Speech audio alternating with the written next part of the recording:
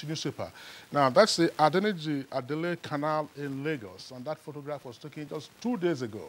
So you can see, Kirian, you can see how the entire canal, that canal, of course, is ordinarily, without the plastics that you have in there, it's sufficient drainage, and Adeniji Adele feeds into the Lagos Lagoon. Critical thing about plastic waste is that it is global. That's right. It is global, and the world should be at alert what's going to happen. Because, of course, in the high seas, you see fish taking this thing, and, of course, being washed away, and all of that. So if the aquatic marine life is threatened, of course, yes, it's a big problem. And in Nigeria, plastic is freely used. That's right. It's a global problem, but we have a local challenge, especially with regard to management of plastics pollution. And recycling could also be useful to us, yeah. All right. Kirian, that's the much we'll take. Let's take a short break now. Hate speech is not a joke. It incites genocide and crimes against humanity. Most of Africa's civil wars are caused by hate speech from one tribe against another. We don't want it here. The Nigerian government stands firm against hate speech. Under no conditions whatsoever should we tolerate or excuse or justify hate speech or hateful conduct of any kind, especially where such is illegal. There's no doubt that the resurgent push for separatism, as well as the rising cases of ethnic and religious disharmony, are all traceable to the growing phenomenon of hate speech. One nation bound in freedom, peace and unity.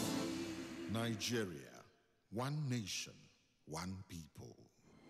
This is a public service announcement brought to you by NTA. These days, people get their news and information from more media sources than ever before. Some of the news and information given are fake, unverified, doctored, and manufactured to create confusion, stir disaffection, and cause disunity. Before you believe or share any news, ask yourself, is this real? Is it from a credible source? Is it verified or verifiable? Fake news is dangerous. Whether you do it for fun or for political gains, real people can get hurt. Fake news, don't create it, don't spread it. This is a public service announcement from NTA. Your perfect family is under threat by germs. Infectious diseases are now the world's biggest killer of adults and children. Every day, 16,000 children under the ages of 5 and thousands of adults die from infectious diseases. These infectious diseases are caused by germs. They are everywhere. An average human being comes in contact with over 1 million germs daily in unclean water, dirty surfaces, in the toilets, on cuts and wounds, on your clothes. Germs can cause deadly diseases like typhoid, diarrhea, flu, and cough. To protect your family from germs, use the power of Dettol's One Cap Flu for surface cleaning, in your bathing water, in your laundry water, for first aid to protect your family from up to 100 illness-causing germs. Be Dettol Sure, endorsed by the Nigerian Medical Association. Use Dettol Skin Jelly, which protects against germs for a healthy, smooth skin every day.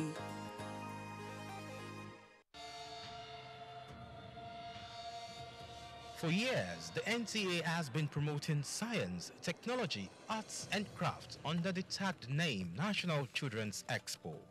We are set with another edition as we gather children around Nigeria, junior category ages 6 to 12 and senior category ages 13 to 18. The theme for Expo 2018, achieving self-sufficiency in agriculture, meeting the challenges of security and exposition of alternative energy as pathways to national development. Date, October 21st to 25th, 2018. Venue, NTA Headquarters Arena, Area 11, Garki, Abuja. We are set to celebrate the best of innovation across the country. For more information, please call the following numbers. NTA ETV, promoting learning. Give me the value pack. Helen! You do great value shopping. Absolutely. I'm a champion at getting value. Then you must have bought the Hapic 200 ml. Why Hapic when I have this? Even after applying them 10 times, they won't give a sparkling clean toilet. Impossible. Challenge. Detergent and bleach can't give a sparkling clean toilet even after 10 times. But Harpic 200 ml gives a sparkling clean toilet at one go. Wow. Harpic 200 ml. Real deal. Now only 200 naira. All right, you're still watching Good Morning Nigeria on the network service of the NTA. Now, before we begin our conversation on the restructuring of the Nigerian Federation and the shades of opinion, let's now take this background report by Abdulsalam Jibril.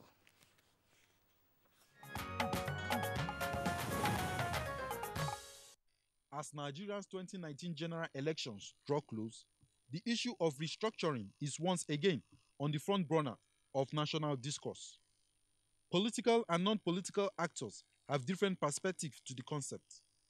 Vice President Yemi Osibajo has also made comments on the issue, advocating restructuring through the deepening of the country's fiscal federalism. He maintains that the current clamor for geographical restructuring, advocated by many, would not address the poor performance of most of the states of the Federation. This stance of the Vice President and others on the issue of restructuring has generated debates on various strategies to handle the issue. Guests on Good Morning Nigeria will throw more light on the issues arising from these debates today.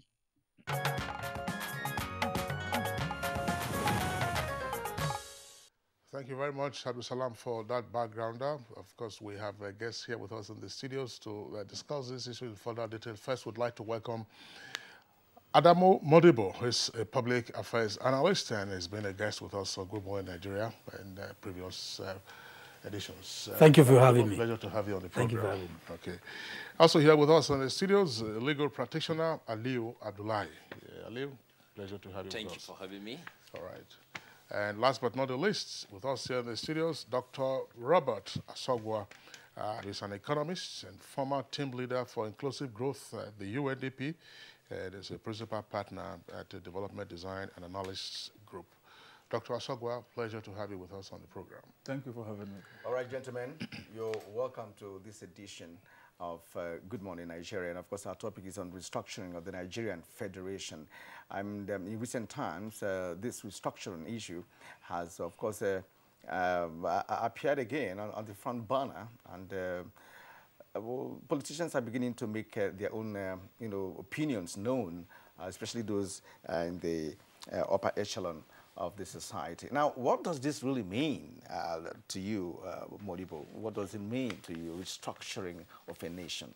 Well, restructuring to many Nigerians means different things, from devolution of powers to fiscal federalism to creation of regions, going back to regions or creation of more states. In fact, some people may even think that the restructuring should mean secession. They want to go away. So there's no fixed, definite, agreed definition of succession.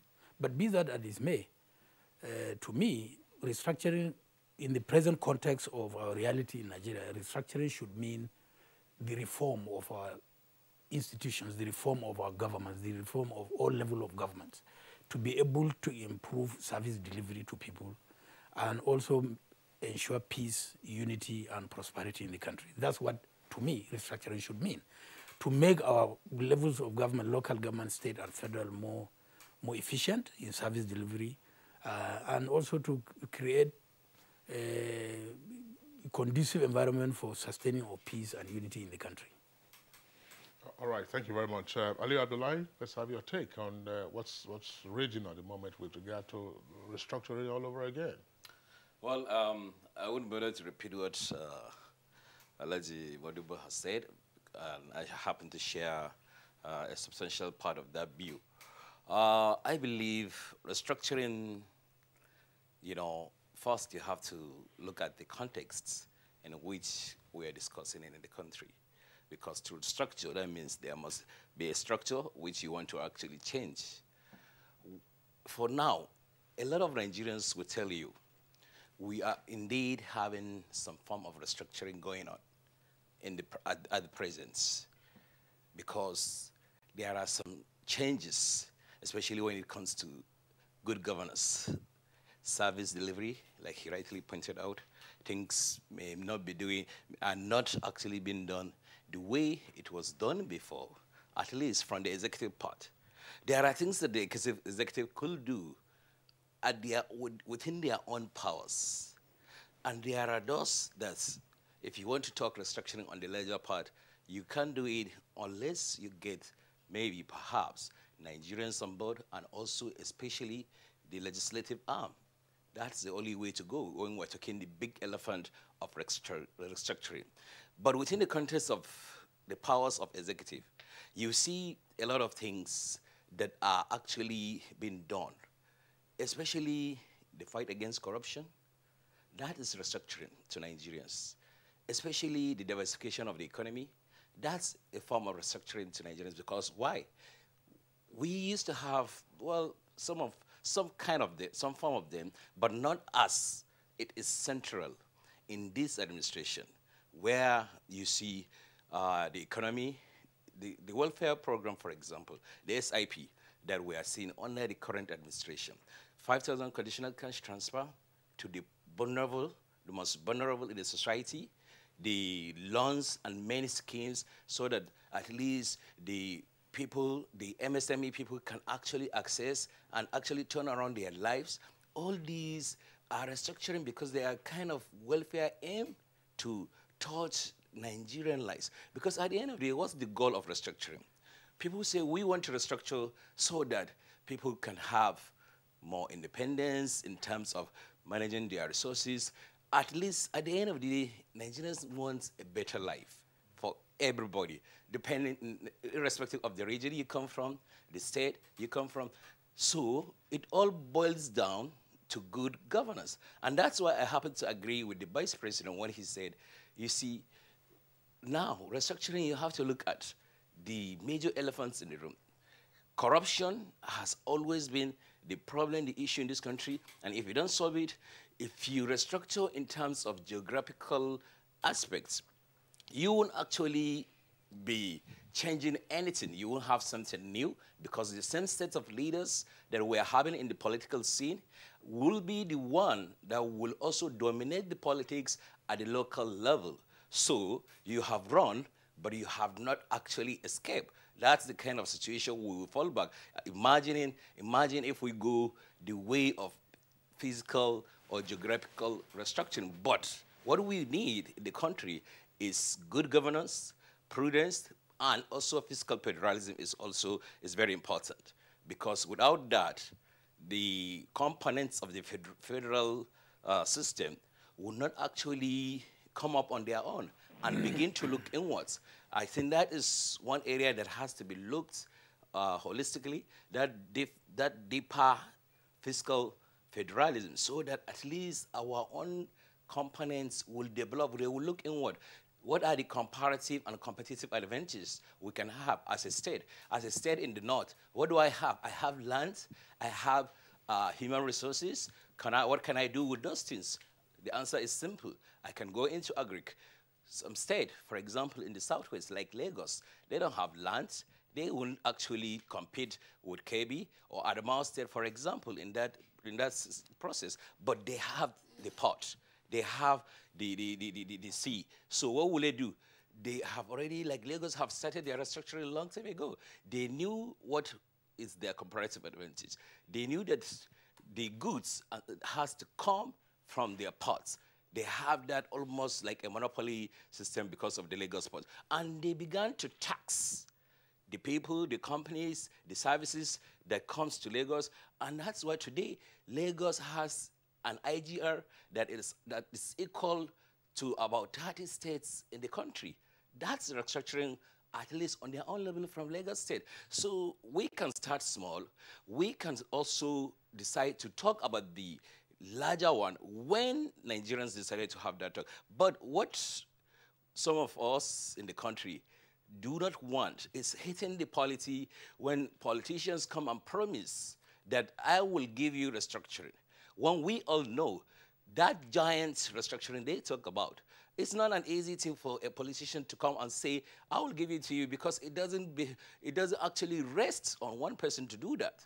It rests with another arm of government entirely that can come in and actually do that. So Nigerians must be worried of politicians promising heavens on earth when it comes to matters like restructuring. All right, let's stop you there, and we will return as we make progress in this conversation. But let's turn to Dr. Asogwa. What's your own perspective to the restructuring of the Nigerian Federation? Well, of course, a country that is, of course, a running presidential system of government.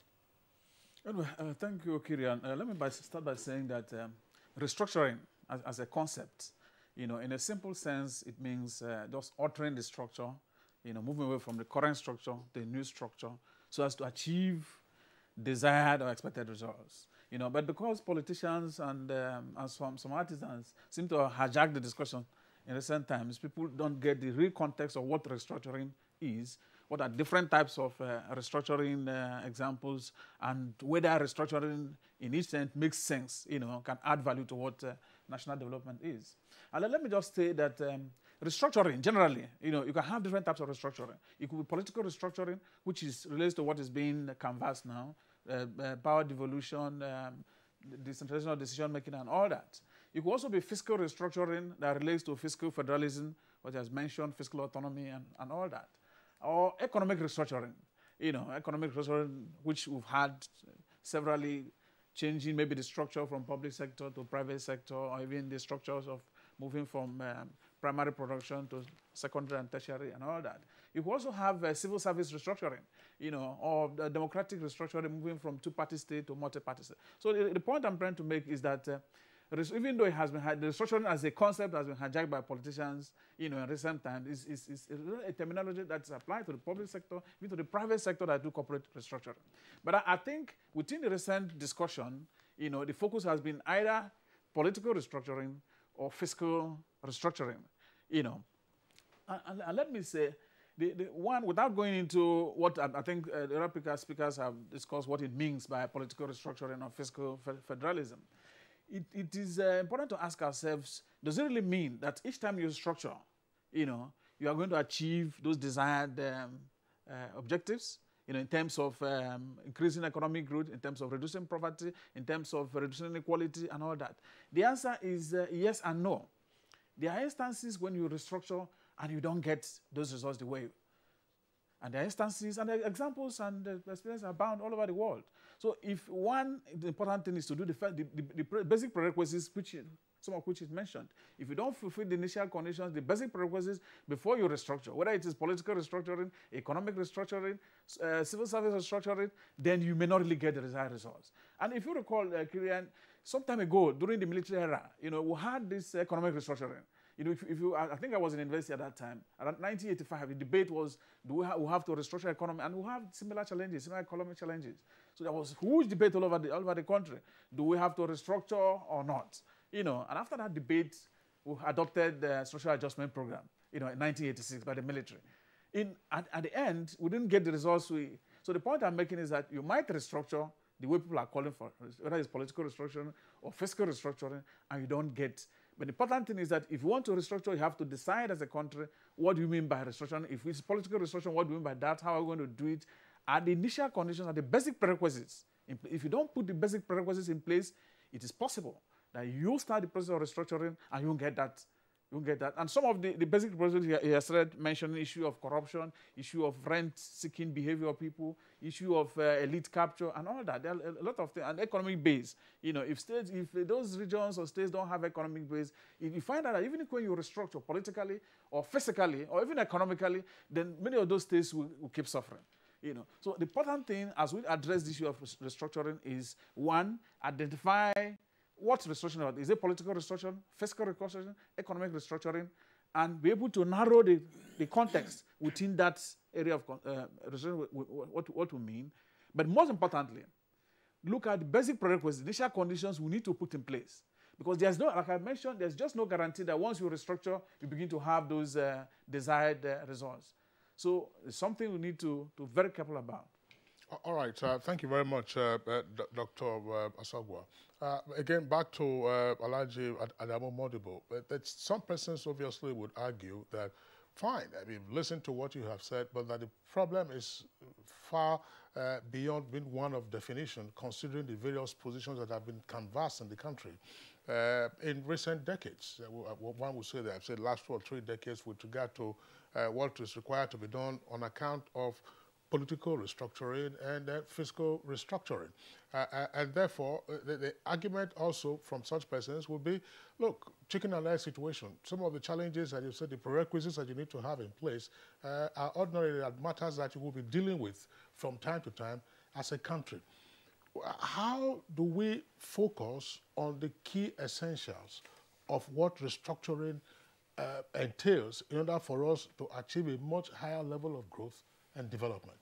You see, there are 2 issues. One, why do we have consistent disagreement or misunderstanding at the national level? To me, it's because there is so much power and responsibility and resources concentrated at the center.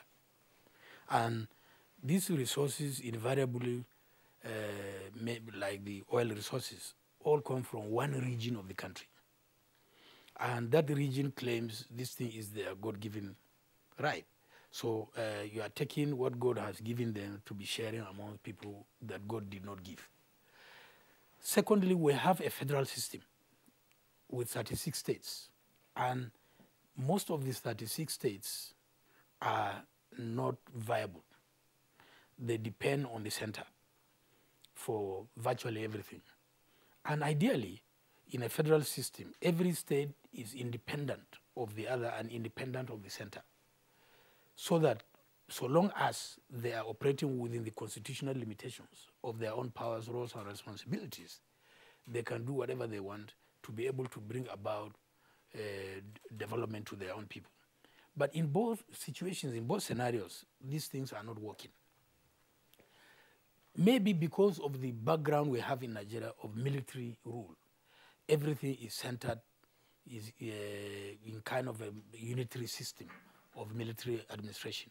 And that is how the central government or the federal government has accumulated so much power and resources out of the country. So there is a need to me to sit down and see how do we devolve power?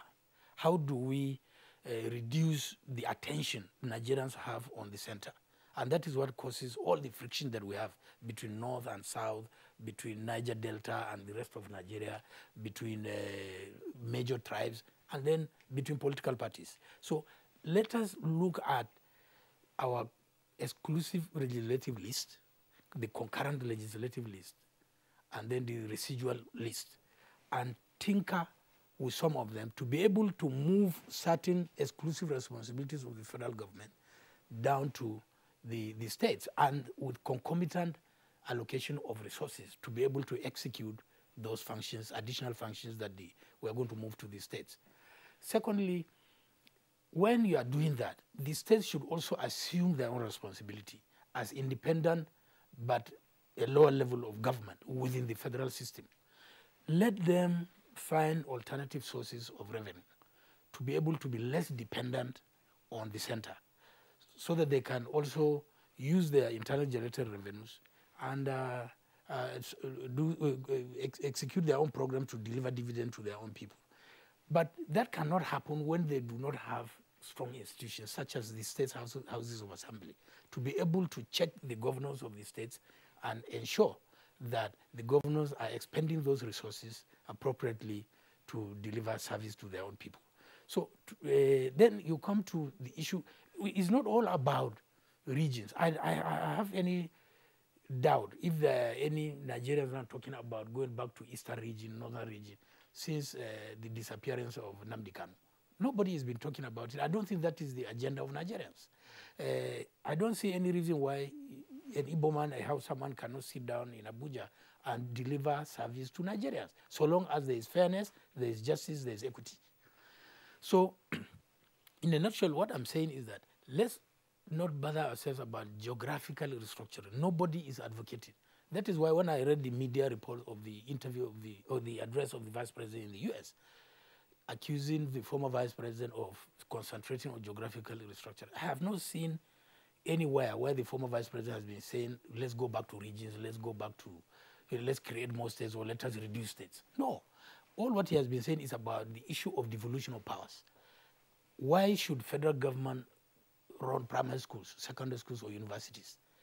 When in those days, the ICSA, Interim Common Services Agency of Northern Region, opened Ahmadu Bello University, they opened Radio Broadcasting Company of Northern Nigeria, they opened New Nigerian newspapers and Kaduna Polytechnic. They were running all these institutions successfully. The same thing in the East, the same thing in the West. So why should the federal government come and take them over and not run them properly? That is the argument. The same thing with the issue of hospitals. Hospital is on concurrent legislative list. Let us devolve all these federal medical centers, teaching hospitals, down to the states with concomitant allocation of resources. Let the states manage them. You can even create captive areas. For instance, if you take Ahmadu Bello University, you can give it to not only one state. You can give it to Kaduna, Zamfara, Katsina, Sokoto, Kano, and Kaduna to own and manage these schools. The same thing with other federal institutions. So to me, the moment you do that and encourage the states to establish institutions to be able to deepen their own sources of revenue, to be independent of the center, you are going to have less rancor, less argument, and less disunity. And there will be, and that will be accompanied by economic development, job creation, and wealth creation across the country. Now, with respect to your last, statement on the states, of course, sourcing out other ways of course, getting revenue.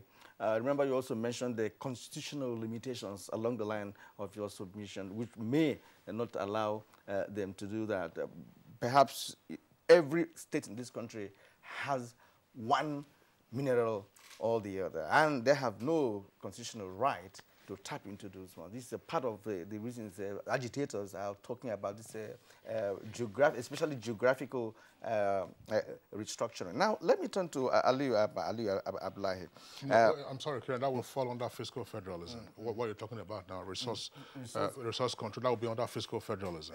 Exactly, but when you restructure, of course, other aspects of governance or administration will be affected invariably. Right, because of course it will divulge power, it will reduce the concentration of power at the center, which is one of the major reasons people are agitating for this. Now, in your thinking, is it indeed necessary for us to go geographical, irrespective of the fact that we all agree that there is need for restructuring in the first place? I actually do not agree about going the geographical restructuring because if you have to go geographical way, now we are at 36 states. So how do you go from there? The PDP in the last government, during the last confab, what did they recommend? They recommend the creation of 18 states. Now, when you look at the nature of most of the states that we have now, the 36 states, like Alhaji Modibo said, most of them are unviable states, and that's the truth of the matter. When this administration came into place in May 2015, they had to bail out about 27 states out of the 36 states because they couldn't even meet their basic obligations. And some further down the line, they did the same thing again, meaning that what would you do if you create more states in that process?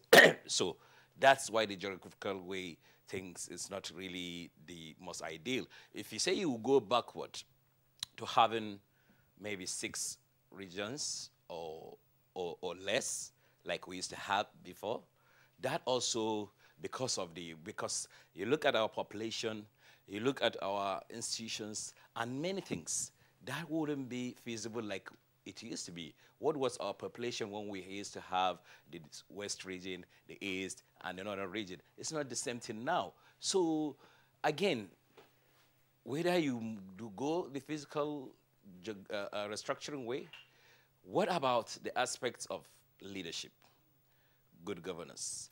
Who will be the people that will administer these new sets of structure, whether an increased one or a decreased one?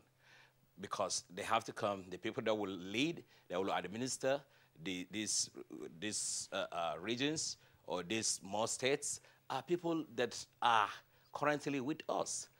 But what about if the country is going the way it is going now?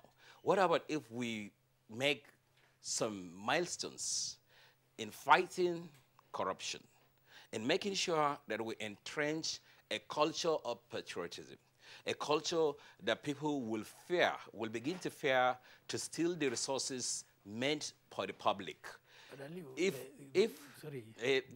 Let me just if we can actually entrench that culture, meaning we actually have been successful to reach somewhere, then you see, even if you have that physical restructuring, you will be sure that the people that will come and govern these areas will be the people will follow what is the trend. But the problem is, again, I have one issue, with politics and politicians.